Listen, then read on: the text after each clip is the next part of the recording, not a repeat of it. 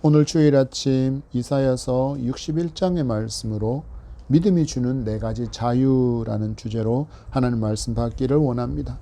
지난 금요일은 광복절이었습니다. 80년, 일본의 지배에서 벗어난 지 80년이 되는 날이었습니다. 1910년 8월 29일 대한제국이 일본에 병합되었고, 그리고 1945년 8월 15일 일본이 황복하면서 우리는 해방을 맞았습니다. 무려 35년. 그 시간 동안 우리 민족은 고통받았습니다. 무엇을 잃었습니까? 가장 중요한 자유를 잃어버렸습니다. 여러분, 그 자유를 찾기 위해서 얼마나 많은 사람들이 피 흘렸는지 셀 수 없습니다. 고문당하고 감옥에 갇히고 형장의 이슬로 사라졌습니다. 자유는 그냥 주어진 게 아니라는 것입니다. 그 누군가의 희생이 있었기에 우리가 자유를 이처럼 마음껏 누리고 있다는 것을 우리는 잊지 말아야 합니다. 이거로 끝이 났습니까? 아니요. 5년의 시간도 지나지 않아서 6.25 전쟁이 터졌습니다. 또다시 자유를 잃는 시간이었습니다. 북한 공산군의 침략으로 자유는 또다시 짓밟혔습니다. 일제 치하에서도 6.25 전쟁 가운데서도 우리는 아무것도 하지 않았습니다. 왜요? 우리는 그 시대에 존재하지 않았기 때문입니다. 한마디로 우리가 지금 누리는 모든 것은 우리의 선조들이 땀과 눈물과 피로 자유를 지켜냈기에 우리가 지금 누리고 있는 것입니다. 여러분, 길을 걷다가 독립유공자 혹은 참전용사의 휘장을 단 모자를 쓰고 옷을 입은 어르신을 만나면 감사합니다라고 진심 어린 인사를 전할 수 있는 그런 우리가 되었으면 좋겠습니다. 그들의 희생 위에 지금의 대한민국이 있기 때문입니다. 그들의 희생으로 말미암아 우리가 얻어서 누리고 있는 자유이기에 감사할 수 있기를 바랍니다. 그리고 성도는 이러한 역사적인 자유와 함께 영적 자유가 있음도 잊지 말아야 합니다. 그리고 우리는 이 영적 자유를 얻기 위해서 한 것도 아무것도 없다라는 것을 분명히 알아야 합니다. 누가 주셨습니까? 그저 하나님께서 우리에게 은혜의 선물로 이 영적인 자유를 주셨습니다. 오늘 말씀을 통해서 우리가 받은 자유가 무엇인지, 그리고 그 자유를 어떻게 누릴 수 있는지 함께 나누기를 원합니다. 우리가 받은 이사야서의 말씀은 구약 성경 가운데 가장 중요한 예언서, 그 분량이 많기 때문에 대선지서로 불립니다. 선지자 이사야가 남유다 왕국에서 활동하며 하나님의 메시지를 전한 내용이 담겨져 있습니다. 이사야서는 구약에서 가장 강력한 예언서 중에 하나이고, 이사야는 남유다에서 활동한 선지자로 그가 활동할 때는 심각한 정치적인 혼란과 많은 외세의 침략 속에서 그는 하나님의 소망의 메시지를 전했습니다. 그러다가 이 이사야서 61장에 들어오면 마침내 이루실 그 하나님의 회복이 선언되어집니다. 자유가 선언되어집니다. 그리고 예수 그리스도의 재림으로 완성하실 그 하나님의 나라의 약속을 선언하고 있습니다. 오늘 우리에게 주신 말씀을 받으며 하나님의 은혜로 말미암아 우리에게 주신 자유에 대해서 살펴보기를 원합니다. 믿음으로 말미암아 우리에게 주신 자유, 그 첫 번째는 바로 죄로부터의 자유입니다. 우리 1절의 말씀 받습니다. 시작. 주 여호와의 영이 내게 내리셨으니 이는 여호와께서 내게 기름을 부으사 가난한 자에게 아름다운 소식을 전하게 하려 하심이라. 나를 보내사 마음이 상한 자를 고치며 포로된 자에게 자유를, 갇힌 자에게 노임을 선포하여. 아멘. 이스라엘은 그 죄로 말미암아 하나님을 떠나고 하나님의 말씀에 떠났던 그 불순종으로 말미암아 하나님의 심판을 받아서 멸망했고 70년 동안이나 바벨론에서 포로로 살아야 했습니다. 우리 민족이 일본 지배로 겪었던 식민 지배 그 2배의 기간 동안 우리는 그나마 식민 지배를 당했기에 이 땅에서 살 수는 있었지만 이스라엘은 그러지도 못한 채 자기 땅에서 살지도 못하고 포로로 끌려가 자유를 잃어버린 채 살아야 했습니다.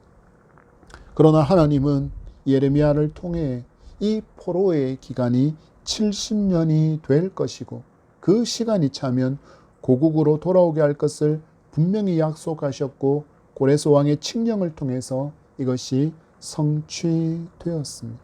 왜 그들에게 이 70년의 포로 시간이 주어졌습니까? 그들이 하나님을 버린 죄 때문이었고 말씀에 불순종한 것에 대한 하나님의 심판으로 주어진 포로의 기간이 70년이었습니다. 이 고통을 하나님께서 즐기시는 하나님은 잔혹한 하나님이시기 때문에 이렇게 행하신 것입니까? 아니요. 하나님께서 이렇게 하신 이유는 하나님의 거룩한 본성 때문입니다. 하나님은 거룩하신 분이기에 죄를 가까이 할 수도 없고 또한 죄를 모른 척 하실 수도 없습니다. 그래서 반드시 죄에 대해서 하나님은 당신의 정의와 공의로 심판하셔야 합니다. 처음 사람 아담이 하나님께 불순종의 죄를 지은 후 하나님께서 아담에게 사망을 심판하셨고 또 그 후에 태어난 모든 인류는 아담의 죄, 곧 원죄를 가진 채로 태어납니다. 여러분, 그렇다면 이제 막 태어난 아기는 죄인입니까? 아닙니까? 눈에 넣어도 아플 것 같지 않은 예쁘고 사랑스러운 아기라 할지라도 예수 그리스도를 믿고 죄 용서 받아야만 살 수 있는 죄인이라는 것은 부인할 수 없습니다. 이처럼 모든 사람은 아담의 원죄로 말미암아 죄인으로 태어납니다. 그렇다면 죄를 가진 사람은 거룩하신 하나님과 어떤 관계로 살아가고 있을까요? 로마서 10장에 이렇게 말씀합니다. 곧 우리가 원수 되었을 때 하나님과 어떤 관계라고요? 원수라고 말합니다. 예수께서도 분명히 말씀하셨습니다. 요한복음 8장 44절 상반절 말씀에 너희는 너희 아비 마귀에게서 났다라고 말씀하셨습니다. 이것이 바로 예수 그리스도를 믿지 않고 있는 모든 사람의 상태라는 것입니다. 죄인으로 하나님과 원수로 그리고 마귀의 자녀로 살며 자기들은 부인하겠지만 실질적으로 그들은 삶에서 하나님을 대적하고 마귀의 일에 동참하며 살아가고 있습니다. 그래서 이 땅의 죄가 결코 멈추지 않고 있는 것입니다. 불의와 불법이 멈추지 않고 있는 이유가 바로 여기에 있습니다. 그들이 누구의 종이기 때문에요? 그들이 누구의 자녀이기 때문에요? 하나님을 대적하는 마귀의 자녀이기에 이 땅의 죄는 결코 멈추지 않고 불의와 불법도 멈추지 않고 있습니다. 이런 삶은 실제로는 소망이 없습니다. 세상의 것을 아무리 풍족하다 할지라도 죄의 문제를 해결하지 못하면 하나님과 단절되어 버린 원수로 살아가고 있기에 자기의 존재 가치와 내가 존재하는 그 이유를 바르게 발견하지 못합니다. 그래서 어떻게 됩니까?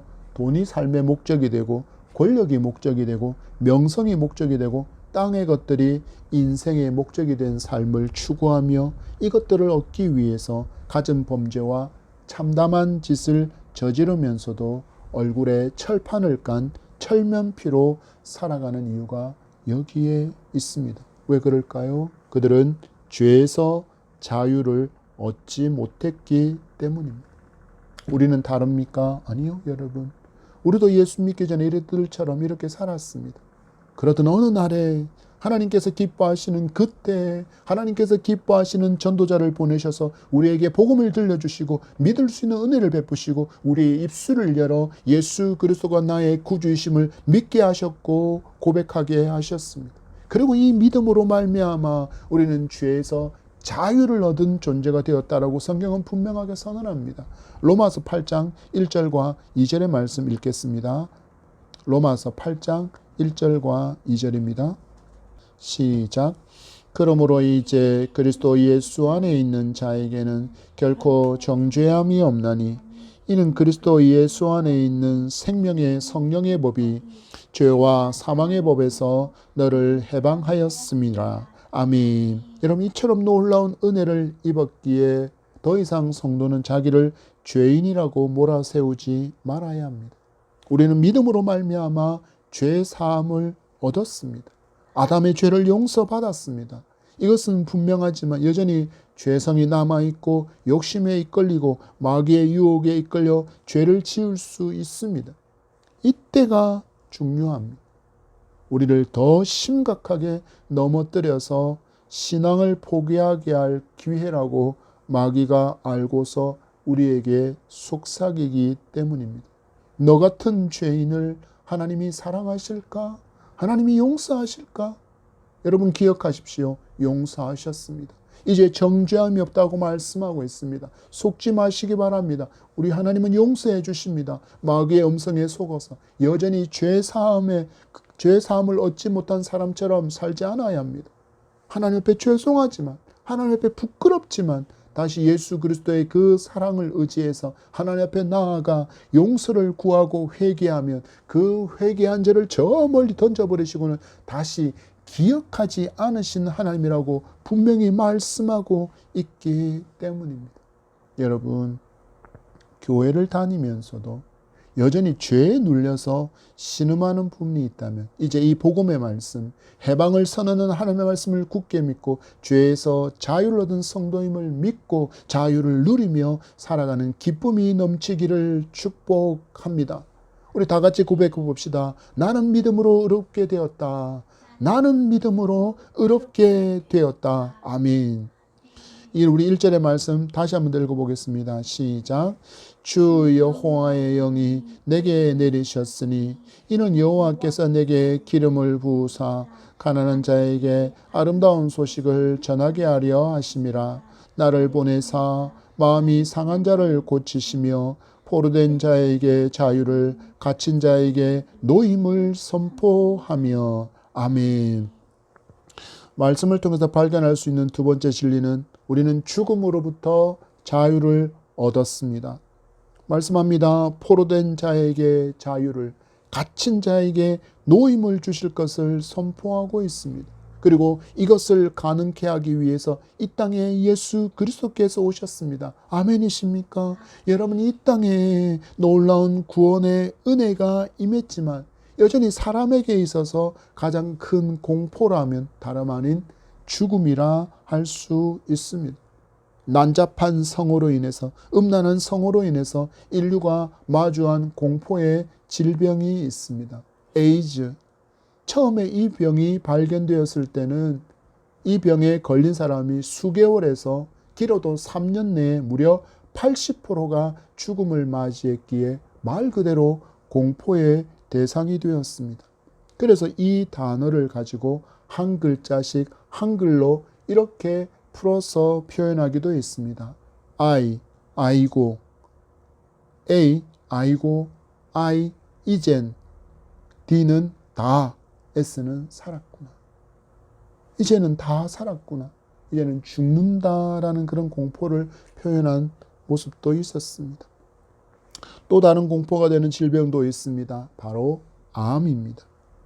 한국 사회에 암이 주는 공포는 참으로 대단합니다. 그래서 건강검진을 통해서 암으로 진단받게 되면 두려움과 공포에 이미 사로잡혀 버립니다. 그리고는 자기에게 이렇게 선언해 버립니다. 아, 이제 나는 죽는구나. 에이즈이든 암이든 왜 공포가 됩니까? 죽음이 그 뒤에 있기 때문입니다. 이처럼 죽음은 사람에게 여전한 최고의 공포입니다. 그래서 많은 사람이 건강하게 장수하려고 무척이나 노력하고 있지 않습니까? 운동은 열풍에 가깝습니다.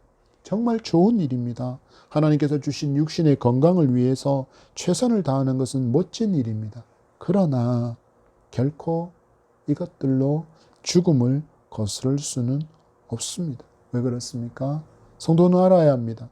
죄로 말미암아 모든 사람이 죽는 것은 하나님께서 정해둔 것이기에 결코 변하지 않는다라고 성경이 말씀하고 있기 때문입니다. 히브리서 9장 27절입니다. 한 번 죽는 것은 사람에게 정해진 것이요 그 후에는 심판이 있으리니. 아멘. 여러분, 이렇게 죽음을 선언하고 있는 말씀 앞에 서면 우리에겐 정말 소망이 없어 보입니다. 길도 전혀 없어 보입니다. 그러나 기억하십시오. 우리 하나님께서 길을 열어주셨습니다. 예수 그리스도를 구주로 믿는 사람에게 더 이상 죽음은 공포의 대상이 되지 않습니다. 바로 예수께서 부활하셨기 때문입니다. 이 예수 그리스도의 부활로 말미암아 성도에게도 부활의 소망이 주어져 있기 때문입니다.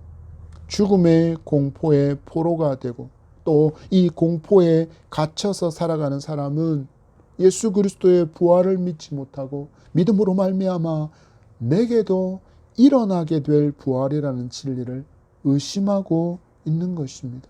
여러분, 말씀으로 분명하게 예수께서 선언하셨습니다. 요한복음 11장 25절에 예수께서 이르시되 나는 부활이요 생명이니 나를 믿는 자는 죽어도 살겠고. 아멘.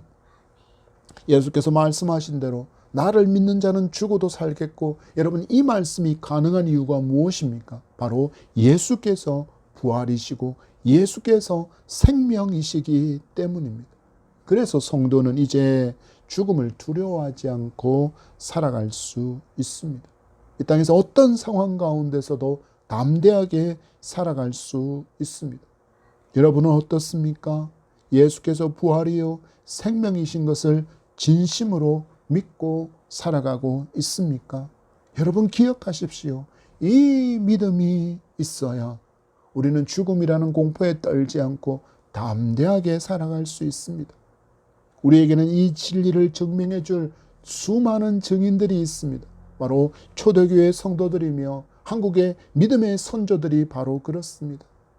대박해 시대, 로마의 10명의 황제가 기독교를 박해하는 그 어마어마한 기간 가운데 얼마나 많은 순교자가 있었습니까? 그들은 사자의 밥이 되었습니다. 고문과 처형을 당했습니다. 그렇지만 그 순간에 그들은 고통에 신음하기보다는 하나님을 찬양했습니다. 끝까지 그 입술로 예수 그리스도를 부인하지 않고 자기를 죽이는 자를 위해서 기도하고 그도 복음을 듣고 천국 백성 되기를, 예수 그리스도를 믿는 하나님의 사람이 되기를 그들에게 전도하며 살 수 있었던 그 힘의 원천이 바로 무엇입니까? 바로 이 예수 그리스도의 선언을, 이 예수 그리스도의 말씀을 그들은 굳게 믿었기 때문입니다. 무엇을 말씀하셨습니까? 나는 부활이요 나는 생명이니 나를 믿는 자는 죽어도 살겠고.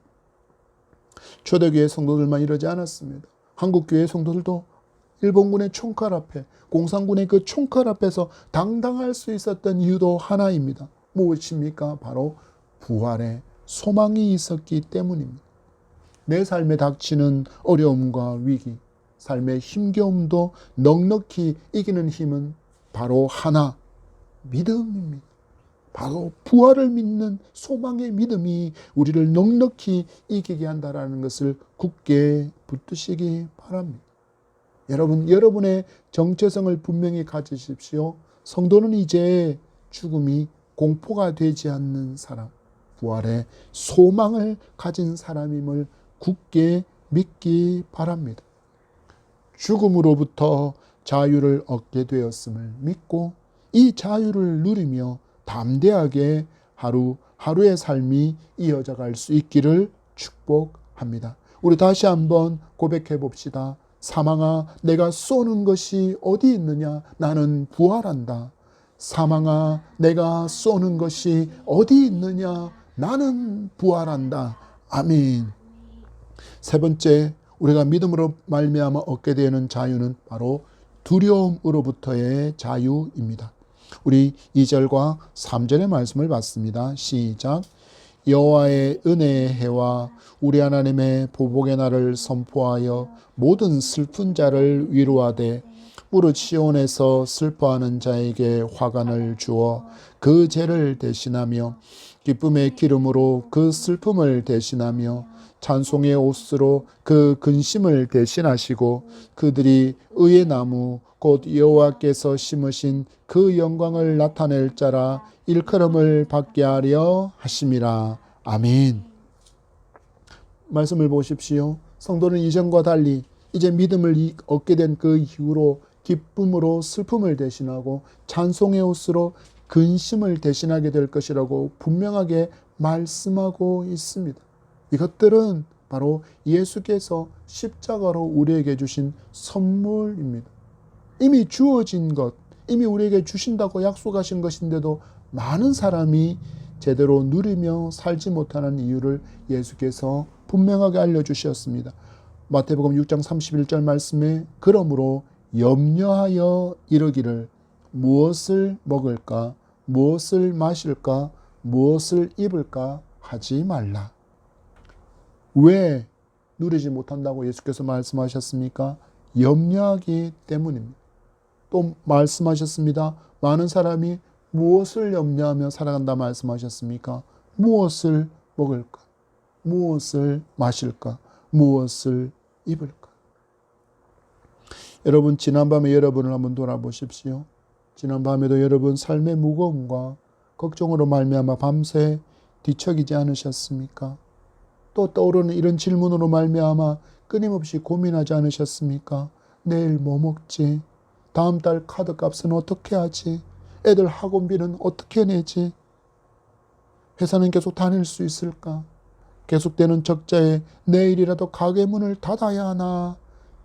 이런 생각이 쌓이면 염려가 되고, 염려는 불안이 되고, 불안은 결국 믿음을 흔들게 만듭니다. 무슨 의미입니까? 여러분, 염려는 그 문제가 아니라 바로 믿음의 문제라는 것을 알아야 합니다. 그리고 이 문제의 해결을 위해서 예수께서 이어서 주신 말씀을 우리는 분명하게 기억해야 합니다.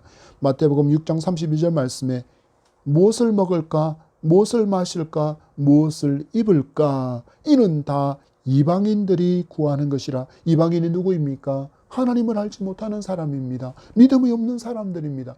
누가 이것을 먼저 구한다고 이야기합니까? 무엇을 먹을까? 무엇을 마실까? 무엇을 입을까는 이는 다 이방인들이 구하는 것이라. 그러나 믿음의 사람에게는 이런 소망이 있습니다. 너희 하늘 아버지께서 이 모든 것이 너희에게 있어야 할 줄 아시느니라. 아멘. 여러분 말씀을 보십시오. 우리 주님 말씀하셨습니다. 전능하신 하나님 아버지가 너의 모든 필요를 이미 다 알고 계시다라는 것을 너희는 믿어야 한다라는 것입니다. 그러면 여기서 자유할 수 있다라는 것입니다. 그래서 이 믿음을 가진 성도는 기쁨으로 슬픔을 대신할 수 있고 찬송의 옷으로 근심을 대신할 수 있는 삶을 살아갈 수 있다라고 말씀하시는 것입니다. 슬픔에만 빠져서 신음하고 허덕이지 않습니다. 여러분, 근심으로 인해서 이마와 마음의 주름의 숫자만 늘리지 않고 우리는 그때 오히려 찬송하며 하나님의 도움을 신뢰하며 살아갈 수 있다라는 것입니다. 누가요? 바로 예수 그리스도를 믿는 저와 여러분이 이미 이러한 삶을 살아갈 수 있는 은혜를 얻었다라는 것을 분명하게 기억하십시오. 시편의 기자는 사망의 음침한 골짜기로 다닐지라도 해를 두려워하지 않는다고 고백했는데 어떻게 이렇게 고백할 수 있었습니까? 그는 여호와가 자기의 누가 되심을 믿었습니까? 목자가 되심을 그는 믿었기 때문입니다. 오늘 말씀에서 이사야 선지자가 포로로 신음하며 살고 소망도 없이 자유도 없이 살아가는 이스라엘 백성에게 이처럼 놀라운 자유를 말할 수 있는 그 근거가 어디에 있습니까? 바로 여호와께서 백성들이 이렇게 살아가기를 원하고 있음을 분명히 알고 믿었기 때문입니다. 그래서 그는 여호와의 은혜의 해와 하나님께서 보복하실 날을 선언하시고 있는 것입니다. 하나님께서 모든 것을 기억하신다라는 것입니다. 전능하신 하나님께서 내가 마주한 모든 상황을 알고 계심을 믿으면 우리는 두려움에 매몰되어 버린, 두려움에 떠는 그런 인생을 살아가지 않을 수 있다는 것을 여러분 굳게 믿고 살아갈 수 있기를 바랍니다. 참 삶이 너무 팍팍해진 시대이지 않습니까? 모두가 어려움을 겪고 있습니다. 회사를 운영하는 사람도, 그 회사를 다니고 있는 직원도, 가게를 운영하는 주인도 너무너무 힘든 시대를 지나고 있습니다. 거리를 돌아다 보면 온통 임대 안내만 붙어있는 빈 가게만이 수두룩한 것을 보게 됩니다. 그리고 좀처럼 그 임대 안내판이 사라지지를 않습니다. 어떤 가게는 그 임대 안내판이 빛이 바랄 정도로 오랫동안 걸려있는 곳도 있습니다. 그러면 고민하지 않겠습니까? 내일은 뭘 먹지? 다음 달 카드 값은 어떻게 하지? 아이들 학원비는 어떻게 하나? 학원을 하나 줄여야 하나? 가게 문을 닫아야 하나? 라고 고민이 될 수밖에 없습니다. 여러분, 말씀을 듣고 계신 분들 중에 이런 상황을 마주한 분이 분명히 있을 것입니다. 성도들이 내가 마주한 이런 상황을 들어서 알게 되면 진심 어린 위로를 전하지 않습니까? 그런데 여러분, 그들이 나에게 염려하지 마세요 라고 하는 말, 솔직히 너무 많이 들어서 이제는 그냥 흘려대게 되는 경우가 많지 않습니까? 또 누가 아프다라고 하면 기도할게요. 누가 힘들다라고 말하면 염려하지 마세요. 하나님이 계시잖아요. 하나님이 함께 계세요 라고 하는 이렇게 말하는 말들, 너무 이제 익숙해져서 진심으로 안 느껴질 때도 있습니다. 그런데 문제가 있습니다. 우리는 하나님의 말씀조차 진심으로 느끼지 못하고 살아갈 때가 있는 것 같습니다. 여러분, 우리 하나님은 우리의 죄를 사하시려고 말씀하신 대로 예수 그리스도를 십자가에 죽이시고 우리를 향한 사랑을 확정해 주신 분이라는 사실들을 우리가 정말 진심으로 믿는다면 성경으로 주신 하나님의 약속의 말씀이 얼마나 신실한지를 우리는 분명하게 알 수 있습니다. 이 말씀을 하나님께서 지금 나에게 들려주시는 하나님의 음성으로 들을 때 우리는 삶에서 마주하는 두려움에서 참 자유를 누릴 수 있습니다. 이런 믿음이 여러분에게 있어서 삶의 무거움과 힘겨움으로 슬퍼하는 우리에게 화관을 주시고 기쁨으로 슬픔을 대신하게 하시며 찬송의 옷으로 근심을 대신하게 하는 놀라운 자유를 얻게 하고 누리며 살아가는 저와 여러분이기를 소망합니다. 우리 다시 한번 고백해 보기를 원합니다. 하나님, 제 염려를 다 하나님께 내어놓습니다. 하나님, 제 염려를 다 하나님께 내어놓습니다. 아버지께서 아신다는 것을 믿습니다. 아버지께서 아신다는 것을 믿습니다. 이 고백이 여러분의 순전한 믿음이기를 바랍니다. 마지막으로 우리는 믿음으로 말미암아 비교로부터 자유를 얻게 됩니다. 3절의 말씀 받습니다. 시작. 무릇 시온에서 슬퍼하는 자에게 화관을 주어 그 죄를 대신하며 기쁨의 기름으로 그 슬픔을 대신하며 찬송의 옷으로 그 근심을 대신하시고 그들이 의의 나무 곧 여호와께서 심으신 그 영광을 나타낼 자라 일컬음을 받게 하려 하심이라. 아멘. 우리가 말씀을 통해서 이 비교, 다른 사람들과의 비교에서 자유하기 위해서는 성도가 의의 나무 곧 여호와께서 심으신 하나님의 영광을 나타낼 자라는 것을, 그 사명을 위해서 구원해 주셨다는 이 진리를 분명하게 믿어야 한다라고 말씀합니다. 이 시대를 보십시오. 각종 SNS가 넘치는 시대이지 않습니까? 그리고 이 모든 SNS를 통해서 사람들은 자기가 방문한 멋진 장소, 외국의 멋진 풍경이 있는 그 나라, 그 장소, 그리고 그곳에서 먹었던 만났던 음식들, 멋진 음식들, 자기가 구매한 멋진 명품, 그리고 자기가 묵었던 멋진 호텔과 멋진 리조트를, 그 숙소를 마음껏 사진을 통해서 글과 함께 자랑하지 않습니까? 어떤 가수가 노래하는 것처럼 난 이런 사람이야 라고 자랑하고 싶어서 안달이 난 듯한 모습으로 그렇게 SNS를 도배해 놓습니다. 이들의 삶을 보면서 저 사람은 저렇게나 화려한 삶을 사는데 나는 왜 저렇게 못 살까? 나는 왜 저 사람보다 부족할까라며 비교할 때가 있지 않습니까? 특히 청소년들이 참 싫어하는 표현이 있습니다. 무엇일 것 같습니까? 한번 맞춰보시겠습니까?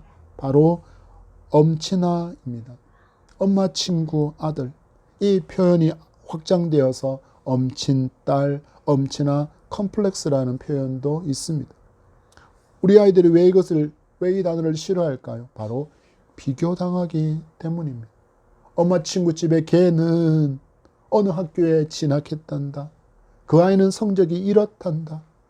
이런 직장에 취업을 했고 이런 배우자를 만났고 부모에게 이런 선물을 주고 이런 여행도 보내주고. 여러분, 우리도 비슷하지 않습니까? 우리가 청소년이었을 때는 부모에 의해서 누군가와 비교당하지만 늘 다른 사람이랑 나를 비교하면서 자기를 열등생으로 만들 때가 많습니다. 저 사람은 나보다 더 많은 것을 가졌어. 명품 옷을 입었네. 화려한 보석으로 치장을 했구나. 최고 브랜드의 자동차를 타고 다니네. 넓고 화려한 평수, 화려한 인테리어로 값비싼 전자제품으로 꽉꽉 채워진 그런 집에서 살고 있네. 지난번에는 하와이로 해외여행을 갔다 왔다더니 1년에 한두 번은 해외여행도 다녀오구나. 이런 비교로 스스로 만들어내는 마음의 생채기를 일컬어 상대적 박탈감이라고 부릅니다. 그러나 이 상대적 박탈감은 내가 정말 부족해서가 아니라 남보다 부족해 보여서라고 느끼기 때문에 생기는 감정, 그리고 마음에 생기는 생채기입니다. 여러분, 예수 믿기 전에 우리도 이렇게 살았습니다. 그런데 예수 믿고 난 지금도 이렇게 살고 있다면 분명히 문제가 있는 것입니다. 왜입니까? 하나님은 나를 너무나도 소중한 존재, 세상에서 단 하나뿐인 걸작품으로 창조하셨다는 것을 믿지 못하고 있다는 증거이기도 하기 때문입니다. 여러분, 다 같이 고백해 봅시다. 나는 하나님의 걸작품이다. 나는 비교 불가한 최고의 작품이다. 나는 비교 불가한 최고의 작품이다. 여러분, 작품은 여러 개 있습니까? 아니요. 하나뿐입니다. 그래서 명작이라고 부르는 것이지 않습니까? 모나리자가 2개 있습니까? 그렇다면 명작이 되지 못했을 것입니다.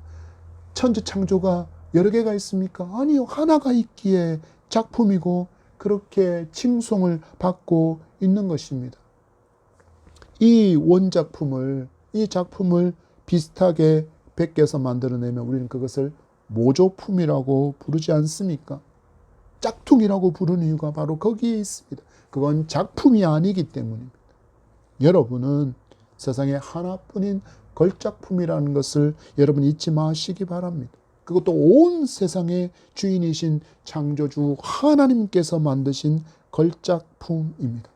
누구와도 비교 불가합니다. 하나님께서 우리를 세상에 보내실 때 하나님의 영광을 나타낼 사람으로 부르셨다라고 오늘 말씀이 분명하게 우리에게 가르쳐 주고 있음을 여러분 기억하며 살아갈 수 있기를 바랍니다.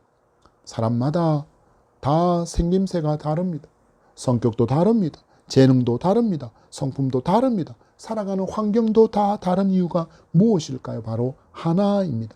모든 것이 합력하여 선을 이루도록 하기 위한 하나님의 특별한 계획이고 이를 통해서 하나님의 영광을 힘차게 드러내기 위해서 하나님은 이러한 모습으로 우리를 서로 다른 존재로 그렇게 걸작품으로 만들어 두셨다라는 것입니다. 한마디로 각 사람에게 주어진 그 역할과 사명이 다르다라는 것입니다. 다른 사람은 너무나도 세상의 스포트라이트를 받으면서 번쩍거리는 화려한 삶을 사는 것 같고 나는 그냥 그저 그렇고 마치 안개처럼 사라져버리는 인생일 것 같아도 전혀 그렇지 않습니다. 하나님은 나를 통해서 하나님의 창조의 역사, 구속의 역사를 진행하고 계시기 때문입니다. 여러분이 이 진리를 믿어야 소망을 잃지 않고 살아갈 수 있습니다. 여러분, 이제 선언하십시오. 이제 선택하십시오. 비교를 거절하시기 바랍니다. 하나님께서 여러분을 참으로 소중한 존재로 창조하셨다는 것을 믿고 이 비교와 상대적인 박탈감으로 자기에게 생채기를 내지 않고 힘줄 수 있는 저와 여러분이기를 소망합니다. 이런 자유가 이미 믿음으로 말미암아 우리에게 주어져 있음을 말씀이 우리에게 가르쳐 주고 있으니 이 말씀을 굳게 붙들 수 있고 믿기를 바랍니다. 어떻게 믿어야 합니까? 말씀이 살아있는 하나님의 말씀임을 믿어야 합니다. 그리고 지금도 살아계신 하나님이심을 믿어야 합니다. 하나님께서 지금도 살아계셔서 역사하신다는 것을 우리가 믿는다면 우리는 주신 말씀에 순종해서 비교를 멈추고 하나님의 걸작품다운 높은 자존감으로 살아갈 수 있게 될 줄 믿습니다. 여러분, 이제 비교를 멈추시기 바랍니다. 그리고 멋진 걸작품단 당당한 하나님의 자녀로 하나님의 영광을 위해서 이 땅을 살아가는 저와 여러분이기를 소망합니다. 말씀을 맺습니다. 여러분은 믿음으로 우리에게 이미 주어진 4가지의 자유에 대해서 말씀으로 살펴보았습니다. 여러분 어떻습니까? 이 모든 것을 제대로 멋지게 누리며 살아가고 있습니까? 아니면 여전히 죄의 짐에 눌려서 죽음의 공포에 눌려서 삶의 염려와 근심과 두려움에 눌려서 그리고 다른 이들과 비교하고 비교당하며 살고 있지는 않습니까? 이제는 하나님의 걸작품으로 당당하게 자유를 누리며 살아갈 수 있기를 바랍니다. 여러분, 오늘 말씀 앞에 우리 질문해 봅시다. 나는 무엇 때문에 염려하고 있는가? 생존의 문제인가? 아니면 미래의 불확실성 때문인가? 그렇다면 나는 하나님을 진정 아버지로 신뢰하고 있는가? 늘 가장 좋은 것을 주시는 그분임을 나는 진정 신뢰하고 있는가? 그 하나님의 공급하심과 나를 돌보심을 진실로 믿고 있는가? 시편 기자가 고백한 것처럼 그분이 나의 목자이심을, 나를 살리기 위해 당신의 목숨을 주신 분이심을 진실로 믿고 있는가? 그리고 내 삶의 우선순위는 어디에 있는가? 하나님의 나라와 의가 중심인가? 아니면 나의 생존이 중심인가? 여러분, 말씀으로 우리에게 약속하시는 이 하나님을 신뢰하며 말씀을 통해서 알게 된 이 자유를 마음껏 누리며 살아가는 그런 저와 여러분이기를 바랍니다. 그리고 이와 같은 자유를 여전히 누리지 못하고 있는 그들에게 우리의 누림의 삶을 보여줌으로 말미암아 그들에게 강력한 도전을 주는 삶의 전도자가 되기를 축복합니다. 여러분, 우리 믿음으로 이렇게 주어진 이 자유를, 멋진 삶을 살아가는 저와 여러분이기를 소망합니다. 그때 슬픔이 희락이 되는 기쁨과 근심이 찬송이 되는 놀라움을 누리게 될 줄 믿습니다.